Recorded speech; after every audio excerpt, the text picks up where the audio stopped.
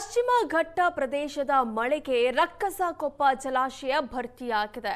ಜಲಾಶಯದಿಂದ ಅಪಾರ ಪ್ರಮಾಣದ ನೀರನ್ನ ಬಿಡುಗಡೆ ಮಾಡಲಾಗಿದೆ. ಅಪಾಯದ ಮಟ್ಟ ಮೀರಿ ಹರಿತಾ ಇದೆ ಮಾರ್ಕಂಡೇಯ ನದಿ. ನದಿ ಪಾತ್ರದಿಂದ ಅರ್ಧ ಕಿಲೋಮೀಟರ್ ವರೆಗೂ ಹೊರ ಹೋಗ್ತಾ ಇದೆ ನೀರು.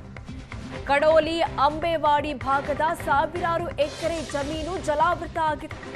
ಮಾರ್ಕಂಡೇಯ ಪ್ರವಾಹಕ್ಕೆ ಭತ್ತದ ಗದ್ದೆ, ಕಬ್ಬು ಬೆಳೆ ಸಂಪೂರ್ಣ ಜಲಾವೃತ ಆಗಿದೆ. ವಿಜುವಲ್ಸ್ ಅಲ್ಲಿ ನೋಡ್ತಾ ಇದ್ದೀರಾ. ಮಳೆ ಅಬ್ಬರಕ್ಕೆ ಜಲಾಶಯದ ಹೊರ ಭಾಗ ಕೂಡ ಅರ್ಧ ಕಿಲೋಮೀಟರ್ ವರೆಗೂ ನೀರು ಬಂದಿದೆ. ಇದರಿಂದ ಜಮೀನು ಜಲಾವೃತವಾಗಿದೆ. ಬೆಳಗಾವಿ ಮಹಾನಗರದ ಜೀವನಾಡಿ ರಕ್ಕಸಕೊಪ್ಪ ಜಲಾಶಯ ಸಂಪೂರ್ಣವಾಗಿ ಭರ್ತಿಯಾಗಿರುವಂಥದ್ದು. ಹೀಗಾಗಿ ಜಲಾಶಯದ 2 ಗೇಟ್ಗಳನ್ನು ತೆರೆದು ಇದೀಗ ಮಾರ್ಕಂಡೇಯ ನದಿಗೆ ನೀರನ್ನು ಬಿಡುವ ಕೆಲಸವನ್ನು ಜಲಮಂಡಳಿ ಅಧಿಕಾರಿಗಳು ಮಾಡ್ತಿರುವಂಥದ್ದು. ಪರಿಣಾಮವಾಗಿ ಬೆಳಗಾವಿ ಹೊರಗಿರತಕ್ಕಂತಹ ಅಂಬೇವಾಡಿ ಆಗಿರ್ಬೋದು, KH ಕಂಗ್ರಾಳಿ ಸೇರಿದಂತೆ ಅನೇಕ ಪ್ರದೇಶಗಳಿಗೆ ಈಗ ಮಾರ್ಕಂಡೇಯ ನದಿ ನೀರು ನುಗ್ತಿರುವಂಥದ್ದು. ಈ ಭಾಗದಲ್ಲಿ ಇರ್ತಕ್ಕಂತಹ ಕಬ್ಬು ಆಗಿರ್ಬೋದು, ಭತ್ತ ಆಗಿರ್ಬೋದು ಈಗ ಮಾರ್ಕಂಡೇಯ ನದಿಯಿಂದ ಜಲಾವೃತ ಆಗಿರುವಂಥದ್ದು. ಕಳೆದ 15 ದಿನಗಳ ಕಾಲ ಬೆಳಗಾವಿಯ ಹಾಗೂ ಪಶ್ಚಿಮ ಘಟ್ಟ ಪ್ರದೇಶದಲ್ಲಿ ಧಾರಾಕಾರವಾಗಿ ಮಳೆ ಆಗ್ತಿರುವಂಥದ್ದು. ಮಳೆ ಹಿನ್ನೆಲೆಯಲ್ಲಿ ಮಾರ್ಕಂಡೇಯ ರಕ್ಕಸಕೊಪ್ಪ ಜಲಾಶಯ ಸಂಪೂರ್ಣವಾಗಿ ಭರ್ತಿಯಾದ ಹಿನ್ನೆಲೆಯಲ್ಲಿ ಜಲಾಶಯದ ನೀರನ್ನು ಈಗಾಗಲೇ 2 ಗೇಟ್ ಮೂಲಕ ಈಗ ಮಾರ್ಕಂಡೇಯ ನದಿಗೆ ಬಿಡಲಾಗ್ತಿದೆ.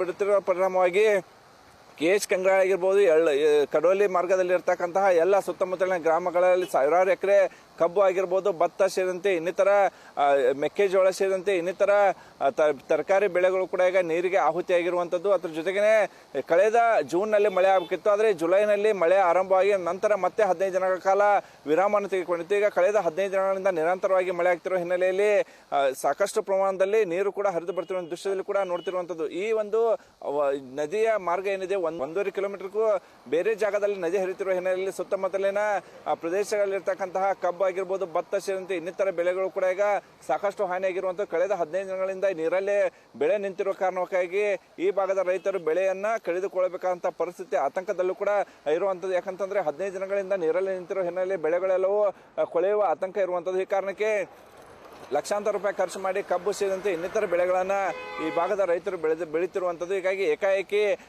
ಮಾರ್ಕಂಡೇಯ ನದಿಗೆ ನೀರು ಬಿಟ್ಟಿರುವ ಹಿನ್ನೆಲೆಯಲ್ಲಿ ಮಾರ್ಕಂಡೇಯ ನದಿ ಕೂಡ ನೀವು ದೃಶ್ಯದಲ್ಲಿ ಕೂಡ ನೋಡ್ತಿರುವಂಥದ್ದು ಅಪಾರ ಪ್ರಮಾಣದಲ್ಲಿ ಹರಿತಿರುವಂಥದ್ದು.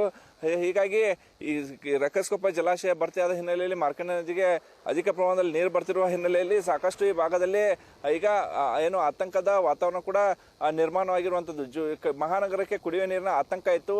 ಸಂಪೂರ್ಣವಾಗಿ ಈಗ ರಕ್ಕಸಕೊಪ್ಪ ಜಲಾಶಯ ಒಂದ್ ಕಡೆ ಭರ್ತಿ ಆದರೆ ಮತ್ತೊಂದೆಡೆ ಹಿಡಕಲ್ ಜಲಾಶಯ ಕೂಡ ಈಗ ಸುಮಾರು 40 TMC ಸಾಮರ್ಥ್ಯಷ್ಟು ನೀರ ಸಂಗ್ರಹವಾಗಿರುವ ಹಿನ್ನೆಲೆಯಲ್ಲಿ ಬೆಳಗಾವಿ ಮಹಾನಗರಕ್ಕೆ ಕುಡಿಯುವ ನೀರಿನ ಆತಂಕ ಈಗ ದೂರವಾಗಿರುವಂಥದ್ದು. ಕ್ಯಾಮರಾ ನಡೇಶ್ ಪಾಲ್ ಜೊತೆ ಅನಿಲ್ ಕಾಜ್ಗಾರ್, ಏಷ್ಯಾನೆಟ್ ಸುವರ್ಣ ನ್ಯೂಸ್, ಬೆಳಗಾವಿ.